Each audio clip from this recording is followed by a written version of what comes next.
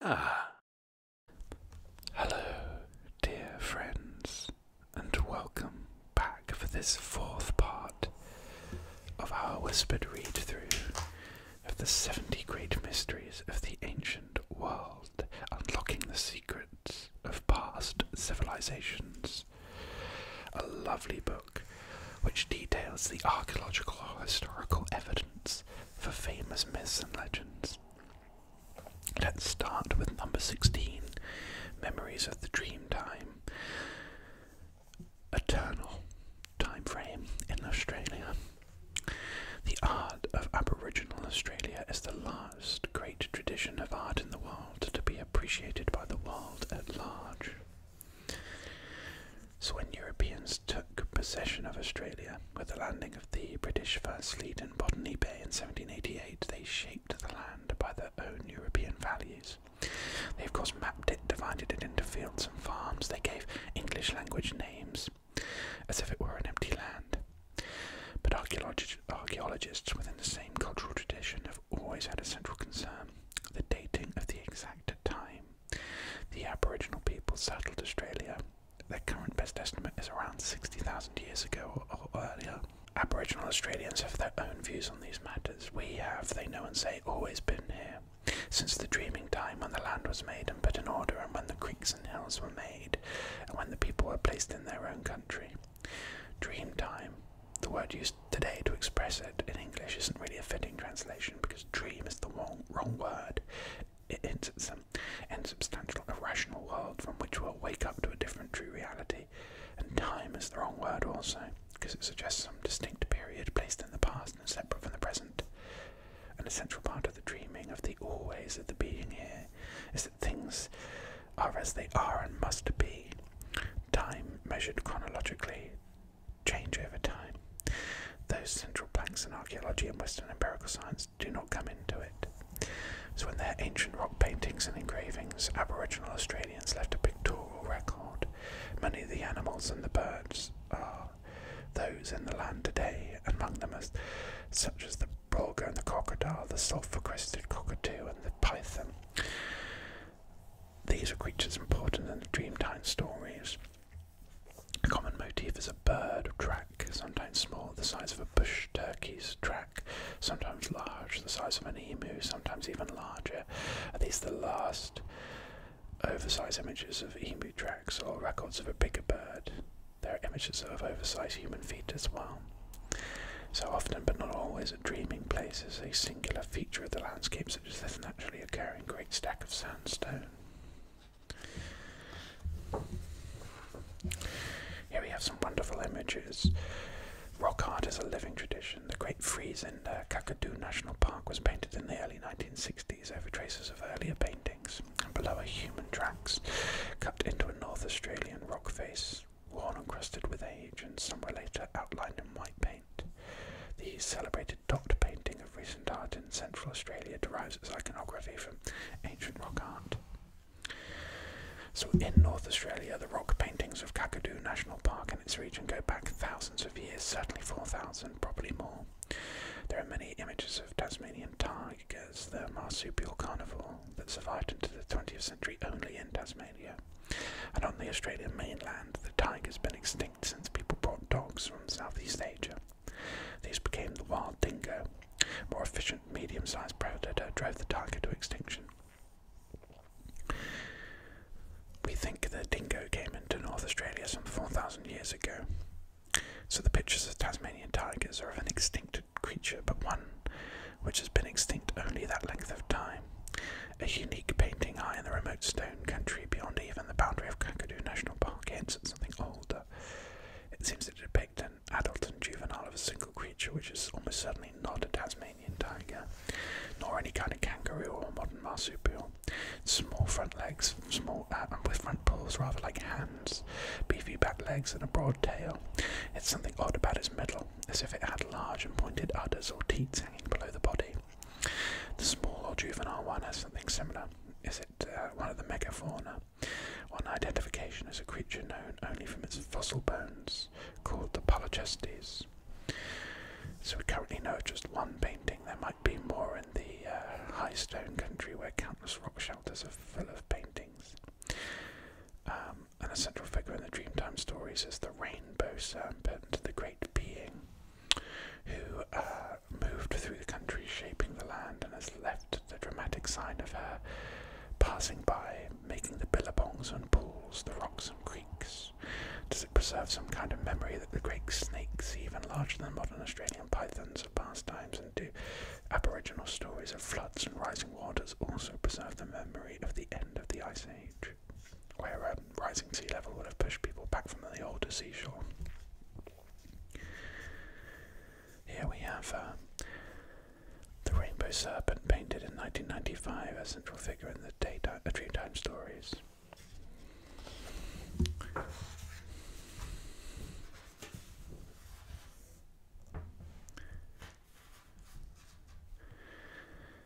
So, interesting.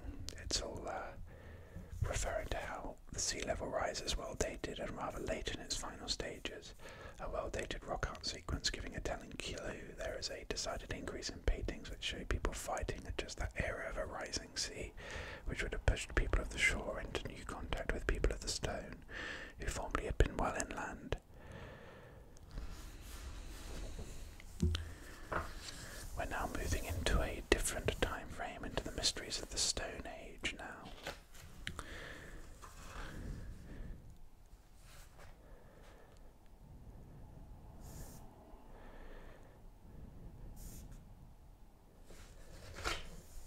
Number 17, the puzzle of human origins. Could have been around 5 million years ago in Africa.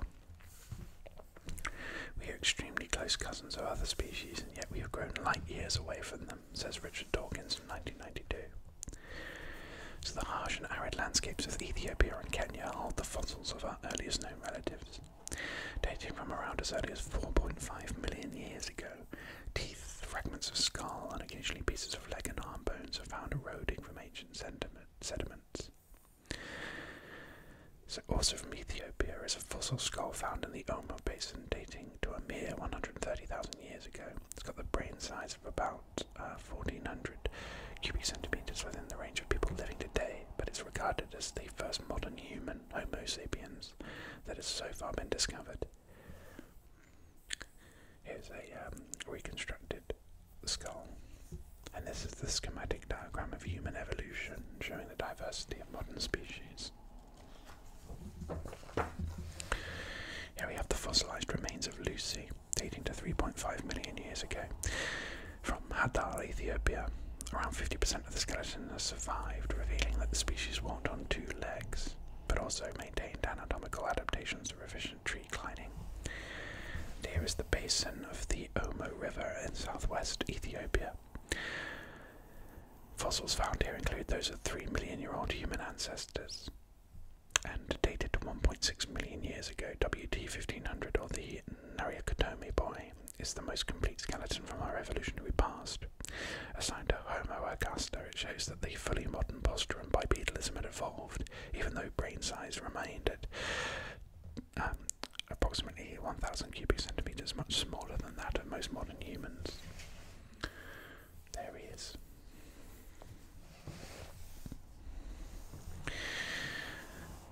So, the few associated bones show us that we walked fully upright, but quite how we evolved from ape-like ancestors 4.5 million years ago to possess our stature, anatomy, intelligence, and culture is a puzzle. So, one is quite simple. The solution is biological evolution. So just as all other species evolved under the guiding force of natural selection, so too have our own. Transgenetic mutations gave one individual an advantage over others, and then they are more adept at making tools and solving problems or finding food or walking on 2 legs, and as a result this became fixed within the population and gradually shifted our anatomy, behaviour and intelligence to that which we possess today.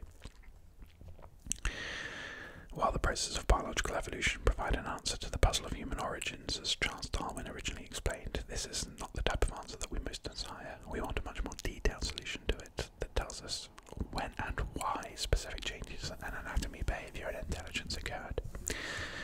So it's quite difficult to take one approach to understanding this, and it requires a whole army of different scientists to study the meagre sample of fossil fragments. But they provide multiple sources of evidence.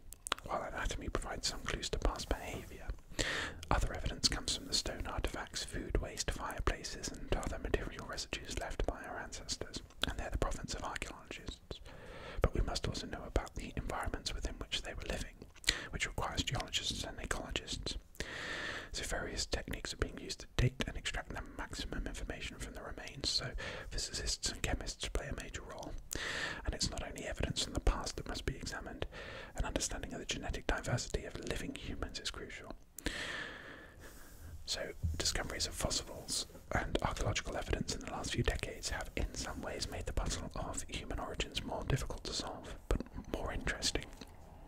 It was once thought that human evolution was like a ladder, with a single species evolving into another and gradually becoming more like us. But the new discoveries have shown that it isn't the case.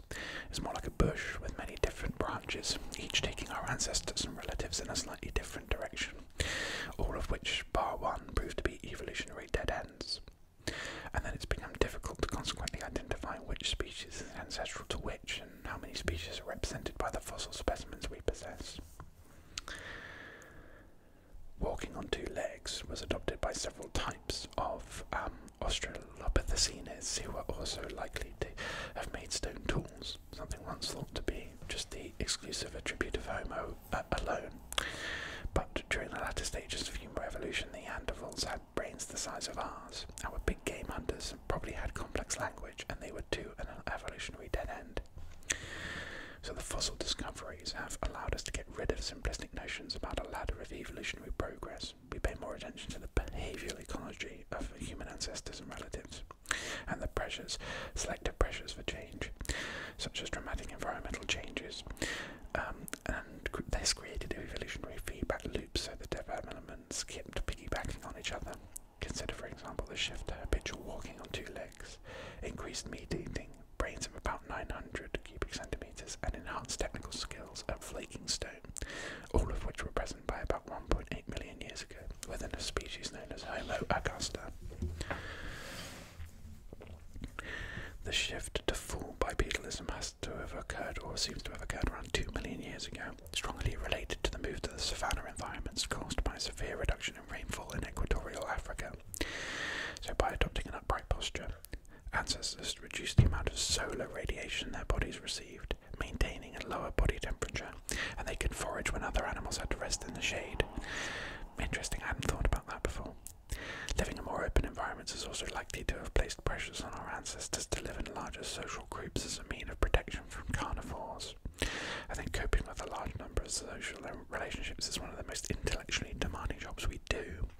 That would have then provided the selective pressure for an increase in brain size, which could in turn have only ever occurred with a high-quality diet, including meat eating, which enabled the length of the gut to be reduced and metabolic energy to be released to fuel a larger brain. Meat eating, in turn, is made possible by the use of sharp stone tools to cut open carcasses, and the possibility of finding these, something requiring the ability to forage when the lions and hyenas had to rest in the shade. And of course, greater social groups and foraging trips are made with advances in intellect, and Homo augusta is a pivotal species in human evolution that was most likely ancestral not only to ourselves but also to the Neanderthals. So the example of evolutionary developments at around 2 million years ago shows how the puzzle of human origins isn't simply one of finding all the bits, not just putting them together in the right order, but of understanding how they interrelate. So precisely the same applies at the most recent end of the puzzle, where the emergence of anatomically modern humans, where the fossil specimens such as the skull from Olno, the fact that all living humans are genetically very similar to each other, much more so than other species, that we all live at the ends of the earth and have very different lifestyles. The absence of any other type of human species alive today, the last factor of variance with the whole of human evolution up until 28,000 years ago, are several different types of humans that have always been alive on the planet at the same time. So it's a very difficult, complex puzzle to solve, and there is always new information coming out, which throws another spanner in the works, it seems. But as we survived in a complex set of dispersals from Africa between 100,000 and 50,000 years ago, we eventually spread through the world and pushed all other human species into extinction. history of the Stone Age. There are footprints from 3.5 million year old Australopithecines found at Laetoli in Tanzania by Mary Leakey. Number 18. How did language evolve? Time frame 0.5 to 0.1 million years ago in Africa, and language isn't a cultural artifact, it is a distinct piece of the biological makeup of our brains, says Stephen Pinker in 1994. And talking to each other is both one of the most simple and complex things that we do. It's effortless and enjoyable. It's part of being a human being and a participating member of society. We're compulsive communicators, and we use language to convey our deepest feelings, advances in knowledge and understanding, and the trivia of our everyday lives. Many of the utterances we make are likely to be unique. Each and every one complies with a complex set of grammatical rules that we're quite unaware of possessing, and they draw on the 60,000 words that an average member of society has at their disposal. A life without language is almost unimaginable, and people, when they are prevented from speech, employ sign languages that are every bit as complex as the spoken word. Take a child born in China and place her in England. She'll grow up as a fluent English speaker. If Chinese is spoken at home and English at school, the child will become bilingual. This happens because all languages have fundamental similarities. Babies are born with brains pre-programmed to acquire whatever language they're exposed to during the early years of life, but by about the age of 2, children are learning words at the rate of at least 10 a day, and joining them together in structured sentences that often astonish their parents in their complexity and content. No other system of animal communication is remotely like human language. Bird song, monkey calls, and pheromones, they're all highly sophisticated, but they don't have the possibility to refer to events either far in the future or in the past. Those happen either out of immediate experience or only ever in the imagination. Chimpanzees, our closest living relatives, communicate by vocalization and gesture, and can learn to manipulate symbols in the laboratory. Scientists have experimented for years to detect any glimmer of human-like language in chimpanzees, and most have concluded they don't exist. They seem to be able to acquire more than a few hundred words, and the grammatical complexity of their own utterances never exceeds the most simple ordering of words. Our human ancestors of 5 million years ago lived in the woodlands of East Africa, are likely to have had similar language capacities to the chimpanzee, which is effectively none. They would have communicated with vocal calls and gestures. So the transformation of this into human language probably happened very gradually, involving not just one transitional step of proto-language, but very many small steps, culminating in the modern language at around 130,000 years ago, with the emergence of our species, Homo sapiens. Here's the lower jaw of the Homo ergaster, showing reduced size molars in comparison with those of earlier human relatives. So this change was related to diet, but a byproduct was an ability to make a larger range of sounds. The evolution of language is dependent upon the possession of a sufficiently large brain to undertake the neural processing required to understand and generate utterances, but how large the brain needs to be remains unclear. Homo ergaster of 1.5 million years ago had a brain of around 900 cubic centimeters, which may well have had sufficient brain power, but it also had two other preconditions. It was habitually bipedal and it ate meat. Running and walking on two legs required a highly controlled breathing system to manage such exertions, and it's also essential for producing a large number of different sounds, which is characteristic of spoken language. And of course, relying on the eating of meat rather than just consuming large quantities of seeds, stems and roots, like its ancestor, it also had much smaller teeth, which has the potential for a large range of oral sounds, great flexibility for the positioning of tongue, cheek, lips. So the evolution of language, precisely what selective pressures occurred for language were probably most important, which would have been important in human evolution, remains unclear, and the key elements of human anatomy that reflect the capacity for spoken language are unfortunately mainly soft tissue or neural circuits within the brain that leave no archaeological trace. So quite when the larynx descended in the throat to differentiate the human vocal tract from that of a chimpanzee, or whether the human ability to perceive rapid speech sounds and to split up a continuous audible sequence into discrete words remains unclear. So it's more likely that the enlargement of the human brain between 600,000 and 200,000 years ago, taking it to the modern proportion, proportions of around 1200 to 1500 cubic centimeters may well have been about building new networks in the brain for language, but the evolution of language is unlikely to have occurred in isolation from other abilities, such as those of consciousness and creative intelligence. They're likely to have piggybacked each other. After all, there seems little point in being able to speak one's mind if one does not know one's mind in the first place. Here is a well-preserved Neanderthal skeleton found in a burial pit in Kabara Cave in Israel, which provided the first ever hyoid bone which sits in our throats and is used to which soft tissues relating to our vocal apparatus are attached. Here is the vocal human voice box or larynx, substantially lower in the throat than that of chimpanzees. This constrains the range of sounds that a chimp can make, and the descent of the larynx was critical development for the evolution of language.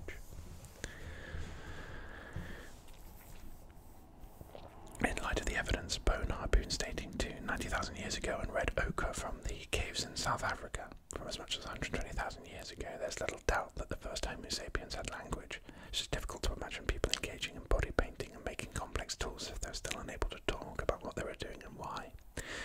But other human lineages are likely to have evolved into some language capacities. Anatomical evidence of the Neanderthals suggests that they were sophisticated language users. Because this hyoid bone here 63,000 years ago that indicates that a vocal tract wasn't significantly different from ours today. But whether or not they evolved a lexicon as large as ours remains disputed. So the evolution of language is a long and gradual process, and its ultimate roots lie in the type of communication systems used by apes today. It needed certain preconditions to be put in place, the fortunate product of quite unrelated developments, and then the selective pressures to exist for those individuals who could both produce and comprehend utterances to be at a reproductive advantage, and those most likely related to living in a large social group, and the problems of finding and acquiring food and communicating about making. The best guess is that the large-brained humans of at least 250,000 years ago were not only sophisticated hunter-gatherers, but also ardent gossipers.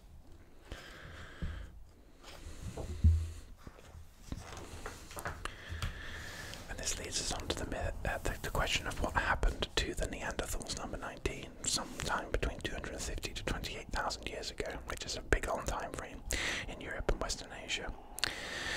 They were neither new and improved versions of Homo erectus nor crude prototypes of Homo sapiens. They were themselves. They were Neanderthals, one of the most distinctive, successful and intriguing groups of humans that have ever enriched our family history. So what happened to them is the same as what happened to the majority of species that ever lived on Earth. They just went extinct.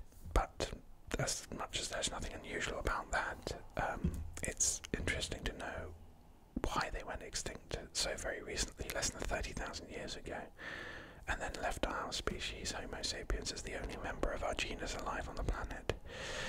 Very unusual considering other types of animals, such as chimpanzees and gorillas, have at least 2 species alive, while most types of animals have many more. Neanderthals seem to have everything in their favour. They had brains as large as modern humans, a physiology extremely well suited to living in Ice Age environments. They were able to make complex tools, effective game hunters, yet despite having flourished for more than 200,000 years across Europe and Western Asia, their numbers dwindled and they went extinct. But exactly why is a question. Here's a drawing of a Neanderthal skull. So Homo neanderthalensis evolved from the species Homo heidelbergensis that colonised Europe soon after 1 million years ago. Quite what fossil specimens are assigned to which species is a matter of dispute amongst anthropologists, but it's evident that by 150,000 years ago classic Neanderthal features had evolved. A face with a rather large projecting nose and a large eyebrow ridges, and a cranium that's flat and sloping when compared with high and rounded vault of a modern human. Bodies were stout and robust, bones thick and heavy, large barrel chests, muscular arms, reflecting strenuous lives involving great physical activity. So from the remains found in the caves they occupied, we know that they're capable big game hunters, killing horse and deer and bison with stone-tipped spears. And the hunting was undertaken in harsh glacial environments. Survival depended upon social cooperation and sharing as much as brute strength, and during the time of their existence there were marked environmental changes. At around 125,000 years ago, forests spread across Europe, but Neanderthals proved quite able to adapt to this new type of plant and animal that became available for food. Here are the anatomical and physiological differences between us and Neanderthals, which reflect contrasting lifestyles. So that's Neanderthals, that's us. The Neanderthals are more stouter and robust, the physique well adapted to living in high latitudes. We're more gracile, reflecting equatorial oral origin, but there's considerable variation. But many wouldn't look out of place today. And this is the extent of the Neanderthal world. Much of their existence was in the far northwest was covered in ice sheets.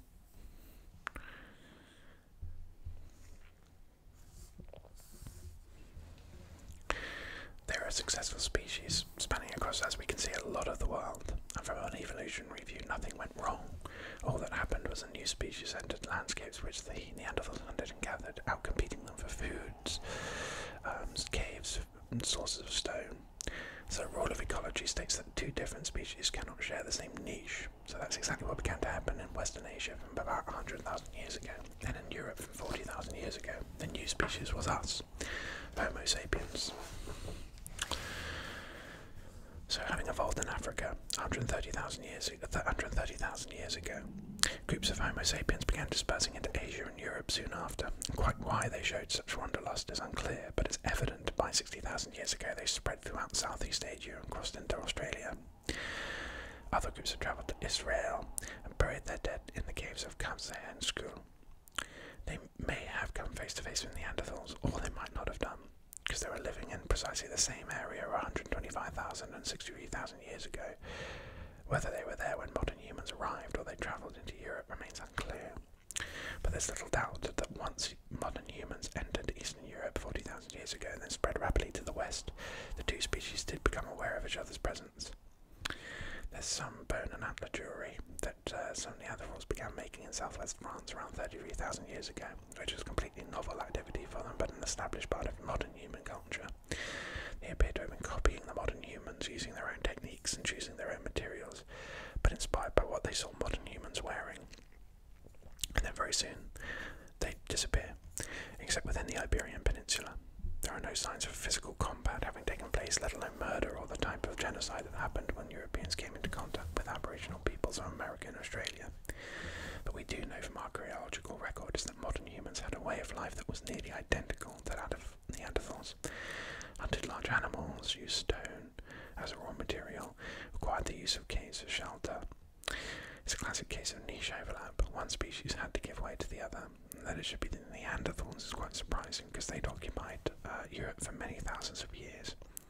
They had a better physiology suited to the harsh cold conditions. But modern humans must have had at least one major advantage. And that could be their culture, which is in turn having a consequence of a different type of mind or intelligence. So the most glaring difference is the latter made wall art, cave art, carving statues and painting cave walls, which could have given people an advantage because art can be used to help people to adapt to harsh landscapes, used as a source of information, a tribal encyclopedia, animal behaviour, ceremonies, people swapping information in a manner that would never have happened in Neanderthal society. But much of the art appears to have been made after the Neanderthals disappeared, so it probably reflects a much greater creativity and ingenuity in the mind of modern humans. They were just better at finding game and gathering plants, and they're able to invent tools, a wider range of resources to explore the landscape more effectively. So they achieved much more than Neanderthals had ever achieved, and as they expanded, Neanderthals dwindled, as they had to find the nooks and crannies where modern humans had not yet reached. Here is the Lagarvel-Hochschild dating back to 24,000 years ago, 4,000 years after the last known Neanderthal, but it's believed by some to show a mix of Homo sapiens and Neanderthal traits. Short, stout limbs. And ever since the first Neanderthal fossils were found, artists and academics have attempted to reconstruct what they may have looked like. And a lot relies on a lot of imagination. This image from a TV documentary is far too uncouth for some. And the Gibraltar Man down here was one of the first Neanderthals found. We know it was one of the last Neanderthals, as southern Iberia was a refuge for them after modern humans humans spread across the rest of Europe. Iberia is hardly a nook and cranny of Europe, but it appears to have remained the province of Neanderthals alone for the last few thousand years of their existence. Curiously, modern humans seem to have put a temporary halt on their relentless global journey. They only entered Spain and Portugal 28,000 years ago. So some claim that a skeleton found at Legarvello in Portugal showed that modern humans and Neanderthals had interbred, as the limb proportions are very Neanderthal-like, while its skull is very sapiens-like. Although this suggests it wasn't the case and it was simply of a rather robust young boy, modern human through and through. Yet the possibility for some hybridization remains. There is a chance that some specifically Neanderthal genes survive within some of us today.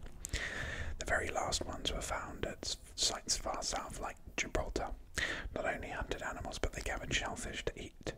And archaeological traces may be of a relict group, but unable to expand their numbers due to the dominance of modern humans in the surrounding landscapes. So when the last member of the group died, so too did the species. Just one more to add to the millions that have suffered extinction in the history of the planet. And here we have at number 20 the Enigma of Palaeolithic cave art, 40,000 to 10,000 years ago in Western Europe. John Keats here quoted, "Thou silent form dost tease us out of thought as doth eternity." Here we have some very famous images at Pegmerl. The natural rock formation on the right seems to have suggested the horse's head, but both horses are surrounded by negative handprints made by blowing paint on and around a human hand. The radiocarbon dating here takes it back to around 24,600 years old. And here is the lion panel in the Chauveau Cave, the site discovered in 1994. 30,000 years ago, these images. The soft surface of the cave wall was scraped to prepare for the images, and painted outlines were made to stand out by further scraping. There's a small human head, carved in mammoth ivory, about the size of a thumb.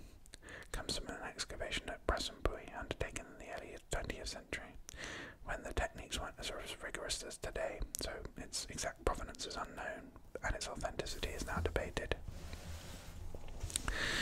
So when, in December 1994, two friends, along with Jean-Marie Chauvet, were exploring caves in the Ardèche region of France, they were hoping to find evidence of humankind's first art, and they had enjoyed little success. They knew the art of La Salle and other famous sites, but nothing prepared them for what they were about to find deep in a hill above the Ardèche River. At the back of a small rock shelter, at the top of the slope, was a pile of rubble. Carefully they tested the jumble stones for evidence of a draft. They believed they could detect a movement of air. Excitedly they removed the fallen debris and discovered a narrow tunnel that led down into the heart of the hill, and eventually they descended into a vast, glistening underground chamber. Then they spotted a red handprint of a human hand on the wall. Someone had been here a very, very long time ago. Further on they found sophisticated images of horses, lion, bison, rhinoceros, as well as the now extinct woolly mammoth. Some of them were painted, some were engraved into the mud walls. Their lamps pierced the darkness, revealing the skeletons of cave bears, fireplaces, and marks made by people who had tapped their flaming torches against the wall, rather as a smoker does with a cigarette on an ashtray. They felt themselves intruders into a lost, perhaps sacred world. That's amazing. Imagine being able to discover things like that and just being the first to find it after tens of thousands of years. Amazing. How long ago had people whose bare footprints were still visible in the mud ventured into these dark chambers? Why did they go so far underground to make images? Was this a mysterious kind of subterranean activity, the origin of what we call today art? How were these cave images related to those engraved on portable pieces of bone, antler and ivory, and small statuettes? The age of the Chauveau images was comparatively easy to establish because samples of carbon taken from the black paint were analysed by the radiocarbon dating technique, and researchers found the oldest images dated back to 32,410 years. Despite their sophistication, these are the oldest dated representational images. They were made very near to the first appearance in Western Europe of fully modern people, the successors to Neanderthals. So a new and still unanswered question had to be asked. Did art emerge fully formed and sophisticated without a long period of development? And either way, why were they making these images so deep underground?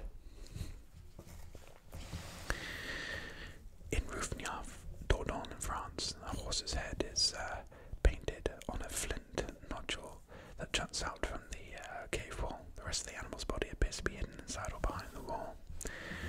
And here is part of the painted ceiling and roof. In the centre is a large mammoth.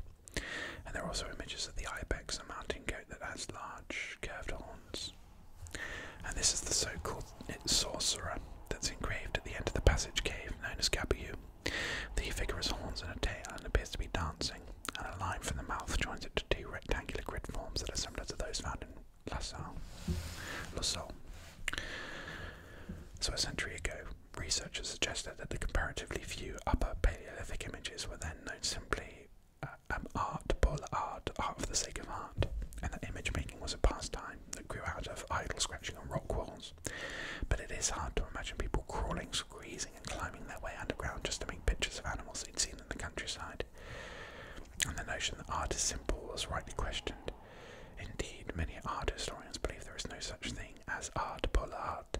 It's always set in a social matrix and serves some purpose. So an exploration of the hazardous underground journeys was not long in coming. French researcher Solomon Reinach argued that sympathetic magic was the reason. People made images, he said, to gain control over the animals they hunted. So why an activity would be shrouded in mystery and would be performed far from human habitation seemed reasonable enough. Then later images of lions were discovered. A leading French prehistorian at the time, Abbé Henri Breuil, argued that people made them in order to acquire the power of the predator. Gradually, researchers began to feel that the sympathetic magic explanation was too simple, didn't cover the variety of art. It was based on rather tenuous analogies with people living in very different kinds of societies, nor did it explain features that were still coming to light. It didn't take into account for the fact that the image makers so often used the shape of the rock wall to complete the outlines of pictures. And then in the 60s, André Laure-Goran, a former student of the Abbé Breuil, proposed an entirely new explanation. It was based on structuralism, the philosophical position that was developed by the anthropologist Claude Levi-Strauss. It argues that all people think in binary oppositions because the human brain is so wired, so our thinking is said to be underlain by oppositions such as culture versus nature, hot versus cold, light versus dark, sacred versus profane, etc., etc. It was the last of these, male versus female, that Laure-Goran emphasized. To put his view simply, he believed that for the entire 20,000 years of the Upper Paleolithic, the caves were organized. Sanctuaries were constructed on the male-female principle. Some animals stood for maleness, such as horses and bisons, and the aurochs stood for femaleness, and the female species were concentrated in the central part of the caves, while the male species were scattered throughout. Lions, bears, and other dangerous creatures were said to be located in the depths. Researchers now argue that the evidence doesn't support his ingenious argument. The images are more randomly situated in the caves. He had not solved the mystery. Today there's much debate about another explanation that's based on the wiring of the human brain, but doesn't invoke problematic binary oppositions. It starts with the observation that most hunting and gathering societies throughout the world have a belief system, despite many variations, can be called shamanism. So a shamanistic community believes in a tiered cosmos, the level of which people live, and the spiritual realms above and below. So the task of the shamans is to transcend these levels so that they can communicate with spirits, heal the sick, control the movements of animals, and change the weather. So to control that transcendence, they enter a state of altered consciousness. Such states range from mild disassociation to deep levels of hallucinations, as well as in dreams, which give them the power to enter the spirit realm. And according to this explanation, the Upper Paleolithic caves were probably seen as routes into the underworld. Physical entry into them might have been virtually indistinguishable from physiological entry into an altered state. In this world, sought spirit, animal helpers, and other visions. Shamans sought them, and by sight and touch, and in the flickering light of their lamps and torches, they explored the walls that were for them a membrane between them and the awesome spirit realm. Here we have the brilliantly embellished axial gallery in Orlesso. Horses, aurochs, and various branched and grid signs are painted over the ceilings to envelop the viewer. When they believed that they had found a spirit animal, they coaxed it through the membrane, and then, using their skills as image makers, they fixed on the rock what was in essence a vision. The intimate relationship between image and rock face explains why so many images appear to be coming out of or a part of the rock surface. And on the other hand, some images are so large and complex that they're probably made by groups, not individuals. Shamanism is a dynamic belief system and ideology that people manipulate and change in varying social circumstances. Some of its essentials, such as a belief in entering the underworld, probably stayed the same throughout the Upper Paleolithic, but other components doubtlessly changed as the millennia went by. Some of the great questions posed by the Chauvet Cave and other subterranean galleries are answered by the shamanistic explanation, and others remain. So how did the image of a bison differ from that of a horse? When a horse was depicted on a piece of portable bone, did it mean something different from a horse in the underworld? We don't know.